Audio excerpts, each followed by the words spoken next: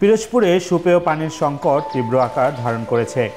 প্রতি ঘন্টায় 10 লক্ষ লিটার পানির চাহিদা থাকলেও শোধন হচ্ছে মাত্র 2 থেকে 2.5 লক্ষ লিটার। পরিশোধনে তীব্র ঘাটতি থাকায় জনদুর্ভোগ চরমে পৌঁছেছে। পানি নিয়ে তো অনেক সমস্যা।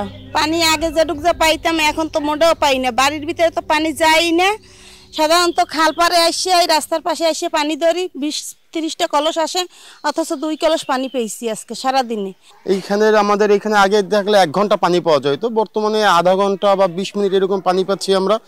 পর্যাপ্ত পরিমাণে পানি আমরা পাচ্ছি না এবং প্রচুর পরিমাণে মানুষজন পানির অভাবে পানির সাপ্লাইয়ের লাইন দেওয়াগুলো খুলে ওইখান থেকে পানি নিচ্ছে। অনেক সময় মানে দূর দূরান্ত থেকে পানি আনতে হচ্ছে, কিন্তু প্রপার সাপ্লাইয়ের পানি আমরা পাচ্ছি না। বর্তমানে আমাদের পানি না চরম দুর্ভোগে আমরা পৌঁছেছি পানি নিয়ে।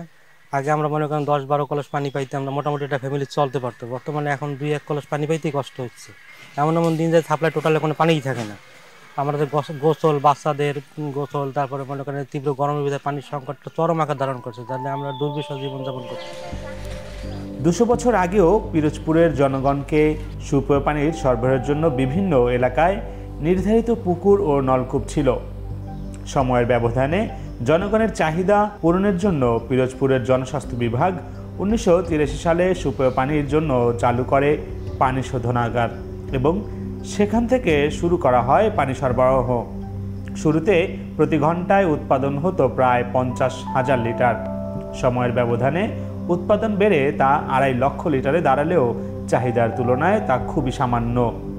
ফলে চাহিদাকৃত পানি পরিশোধনে অক্ষম ও পুরনো মেশিন দিয়ে পানি সরবরাহ করায় গ্রাহক দুর্ভোগ এখন পৌঁছেছে চরমে। ফলে সুপেয় পানির চাহিদা পূরণ করতে সাধারণ মানুষকে দূর দূরান্তে যেতে হয়। তাছাড়া পানি সংকটের প্রভাব পড়েছে মানুষের আর্থিক অবস্থার উপরেও। এই 2টা টিউবওয়েল আছে, শ্যালো টিউবওয়েল, হয়তো পানি লোনা, তাতে কিছু হইতেছে না। আমরা এখানে বাড়িটারি করি, লোন টোন লই বাড়িটারি করছি, কিন্তু আমাদের ভাড়াটিয়া তারাও চলে যাইতে আছে, কেউ থাকতে আসে না। আমরা আসি মহাবিপদের মধ্যে। এখন এই যদি নতুন একটা ওয়াটার ট্রিটমেন্ট প্ল্যান্ট যদি হয় বড় সাইয়া, তাহলে আমাদের এখানে সমন্বয় হয়তো। খাল ভরা পানি ছিল, পুকুর ভরা পানি ছিল, দেখেন এখন খাল হয়ে গেছে ড্রেন, পুকুরে পানি নেই, তাহলে মানুষ কিভাবে চলবে? অনেক শিশু অসুস্থ হয়ে যাইতেছে পানির অভাবে। ঠিক আছে, খাওয়া দাওয়া করতে পারতেছি না, সবাই তো পানি কিনে খাওয়ার সামর্থ্য নাই। ঠিক আছে, 2-1 জনের আছে, আর 10 জনের তো নাই। আমাদের অনেক প্রবলেম হইতেছে পানির কারণে। আমাদের যে সমস্যা সেটা হলো পানি ছাড়া একটা ফ্যামিলি কিভাবে চলে। আমি অফিস দিয়ে গোসল করে আসি, কিন্তু আমার পরিবারের মহিলারা তো কোথাও যাইতে পারে না, কাপড় চোপড় ধোয়া কোনো কিছুই হয় না। পানি ছাড়া তো কোনো কাজ করা যায় না। সেই পানির সমস্যায় আজকে ভুগতেছি এখন। পিরোজপুর জনস্বাস্থ্য বিভাগের নির্বাহী প্রকৌশলী জয়ন্ত সরকার বলেন, এ মৌসুমে খাল বিল শুকিয়ে যাওয়ায় পানির সরবরাহ কমে যায়, ফলে দেখা দেয় পানির সংকট। পানির সমস্যার সমাধানে নেওয়া হয়েছে নানা রকমের উদ্যোগ। আমাদের পিরোজপুরে যে ওয়াটার ট্রিটমেন্ট প্ল্যান্ট যেটা আছে, সেটা জানেন যে অনেক আগেই নির্মাণ করা হয়েছে।